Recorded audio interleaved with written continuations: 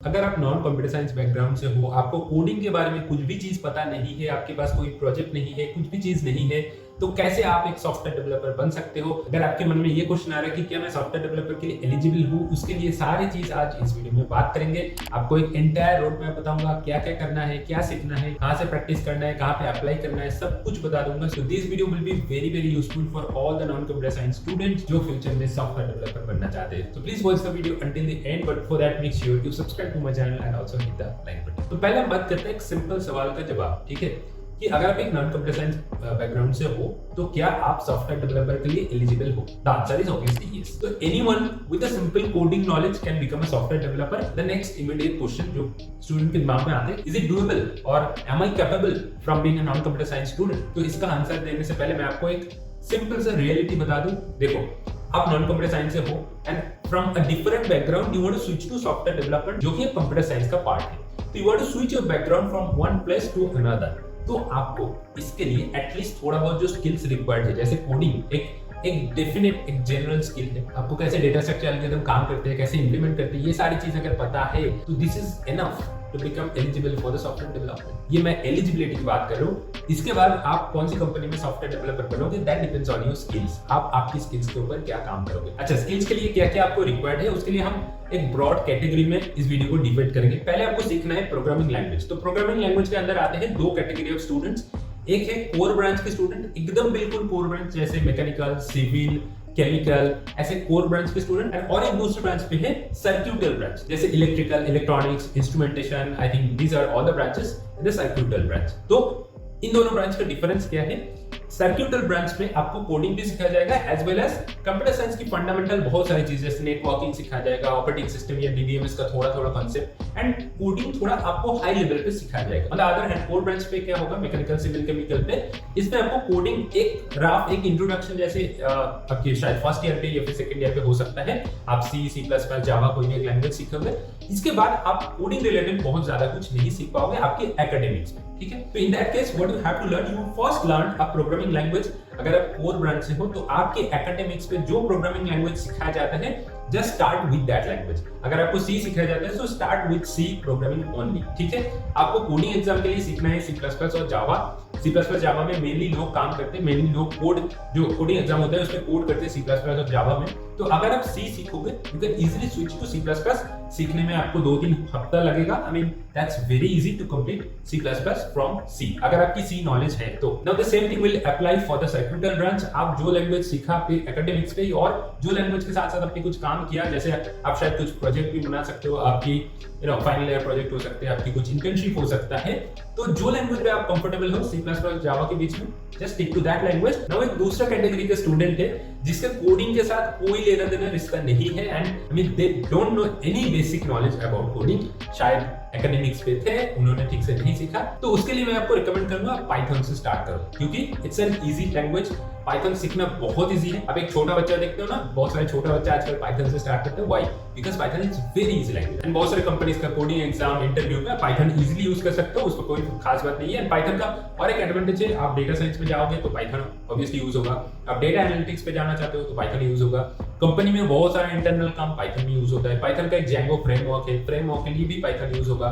Python coding exam, interview के लिए भी पाइथन आप यूज कर सकते हो। So there is a massive use cases of Python. तो पाइथन सीखने में आपको बहुत सारा फायदा होगा। Now the next immediate thing you need to learn is data structure and algorithm. पहले आपको डेटा स्ट्रक्चर सीखना है, उसके बाद एल्गोरिथम। डोंट मिक्स अप कि आप आज एल्गोरिथम सीख रहे हो, कल थोड़ा डेटा स्ट्रक्चर, फिर एल्गोरिथम, डेटा स्ट्रक्चर, ऐसा मत करना। गिग्स का वीक्स एक डेटा स्ट्रक्चर सेक्शन है, उसमें जाके all the data structure will be listed their. आप उससे सीख सकते हो, पढ़ सकते हो, बहुत सारे आर्टिकल्स हैं। बट आई वुड रिकमेंड, आपके पास अगर टाइम कम है तो आप YouTube की मदद लो। YouTube में बहुत सारे क्रिएटर्स डेटा स्ट्रक्चर की वीडियो ऑलरेडी बना के रखा है, तो you just search data structure. जैसे आपको लिंक लिस्ट सीखना है तो लिंक लिस्ट सर्च करो, लिंक लिस्ट ट्यूटोरियल, बहुत सारा मटेरियल मिल जाएगा YouTube पे। Just see a complete video, link list का कंप्लीट वीडियो देखो, जिस जो एग्जांपल है वो एग्जांपल को आपको कोड करना है, ठीक है। Next you go on to stack, queue, binary, graph, ये सारे कांसेप्ट आप YouTube से ही सीख सकते हो। आई कैन रिकमेंड, आप अगर नॉन सीएस से हो तो आपको थोड़ा समझने के लिए भी, आप अगर कुछ चीज पढ़ोगे ना उससे बेटर होगा। आप अगर कुछ चीज देखोगे, कोई लोग पढ़ा रहे कोई वीडियो पे, तो that will be better for your understanding. I have uploaded few of the videos. I just started the new playlist. आप मेरा प्लेलिस्ट देख सकते हो, मैंने टाइम कॉम्प्लेक्सिटी स्पेस कंप्लीट समझाया, आपको searching sorting and few of the problems मैंने discuss किया। एंड ये सेम चीज आप एल्गोरिथम के लिए भी कर सकते हो। बहुत सारे आर्टिकल्स आपको मिलेगा Geeks में, बहुत ही अच्छे आर्टिकल, बहुत ही हाई क्वालिटी आर्टिकल है, उसमें आप प्रैक्टिस भी कर सकते हो। And the most important thing, आप अगर डेटा स्ट्रक्चर एल्गोरिथम सीख रहे हो तो आपको कोड करना इज अ मस्ट। आपको अगर कोड से डर लगता है या फिर आप लेजी हो कोड करने के लिए, तो you will not become a software developer ever in your life. आपको कोडिंग करना है, हर दिन बैठ के कोडिंग करना है। तो कोई भी चीज आप सीखो, डेटा स्ट्रक्चर हो, एल्गोरिथम, कोई भी चीज सीखो, आपको इमीडिएटली कोड करना है। अगर आप YouTube वीडियो से देख रहे हो, कोई कोडिंग एग्जांपल क्रिएटर ने कुछ कर रहे हैं, तो आप इमीडिएटली आप ही टेक्स्ट एडिटर पे या कोड एडिटर पे आप इमीडिएटली कोड करो। कोई आर्टिकल से देख रहे हो, Geeks से कोई चीज देख रहे हो, उसका इमीडिएट प्रैक्टिस सेक्शन है, उस पे जाके प्रैक्टिस करो। तो you have to work a little harder because आप कंप्यूटर साइंस में आ रहे हो, सॉफ्टवेयर डेवलपमेंट पे आ रहे हो, जो आपके शायद एकेडमिक्स में नहीं था, तो इसलिए आपको कुछ नया चीज सीखना पड़ा है। That's why you have to code, you have to practice a lot. Now ये डेटा स्ट्रक्चर एल्गोरिथम सीखने के साथ साथ आपको एक चीज और करना है, you have to practice real coding examples. ठीक है, कहां से प्रैक्टिस करें? आप Geeks से प्रैक्टिस सेक्शन से कर सकते हो या फिर आप लीड कोड से कर सकते हो। मेरा ऑलरेडी एक लीड कोड का वीडियो है, कैसे आपको लीड कोड को कंप्लीटली यूज करना है फॉर अ कंप्लीट बिगिनर। अगर आपको कोडिंग के बारे में कोई आइडिया नहीं है, आपने कभी कोडिंग प्रॉब्लम सॉल्व नहीं किया, आपने कभी लीड कोड यूज नहीं किया, तो इस वीडियो को आप डेफिनेटली एक बार देख लेना, लिंक नीचे डिस्क्रिप्शन में मिल जाएगा। अगर आप Geeks से करना चाहते हो तो वो भी कर सकते हो। Geeks की प्रैक्टिस सेक्शन से आप कंपनी सिलेक्ट कर सकते हो, कंपनी में क्या क्या क्वेश्चन आया था, आप टॉपिक सिलेक्ट कर सकते हो कि एरे का क्वेश्चन क्या क्या है, इंग्लिश का क्वेश्चन क्या क्या है, स्ट्रिंग का क्वेश्चन क्या क्या है। तो कितना प्रॉब्लम आपको एक अच्छी जगह पे ले जाएंगे, मतलब आप कोडिंग एग्जाम के लिए रेडी हो और इंटरव्यू के लिए रेडी हो after how many number of problems. देखो ये डिपेंड करते हैं person to person, but I can recommend आपको एटलीस्ट 300 to 350 प्रॉब्लम आपको डेफिनेटली सॉल्व करना होगा। उसके बाद जाके will be in a position to face the coding exam as well as to face the interview. उससे ज्यादा भी आप 400-500 प्रॉब्लम अगर करोगे, मतलब जितना आप प्रैक्टिस करोगे उतना आपके पास एक फ्लुएंसी आ जाएगा, उतना आप इजीली कोड लिख सकते हो, उतना आप इजीली कोड सॉल्व कर पाओगे। ठीक है, तो आपको प्रैक्टिस बहुत ज्यादा करना है। अगर आपके पास कोई भी आइडिया नहीं है कि क्या क्या प्रैक्टिस करना है, तो कोई डीएसए शीट उठा लो।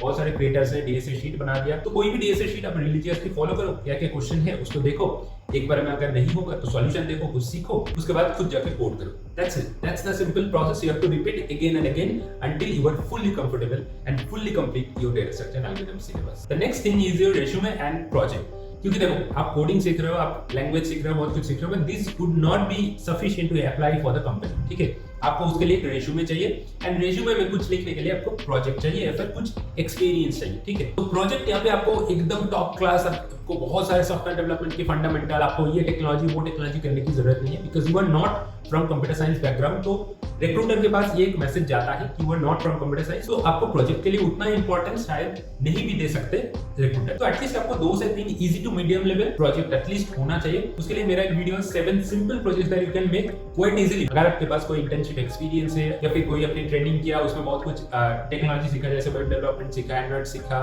या फिर डेटा साइंस का, मशीन लर्निंग का, डीप लर्निंग का कुछ सीखा, तो you can definitely mention all of that.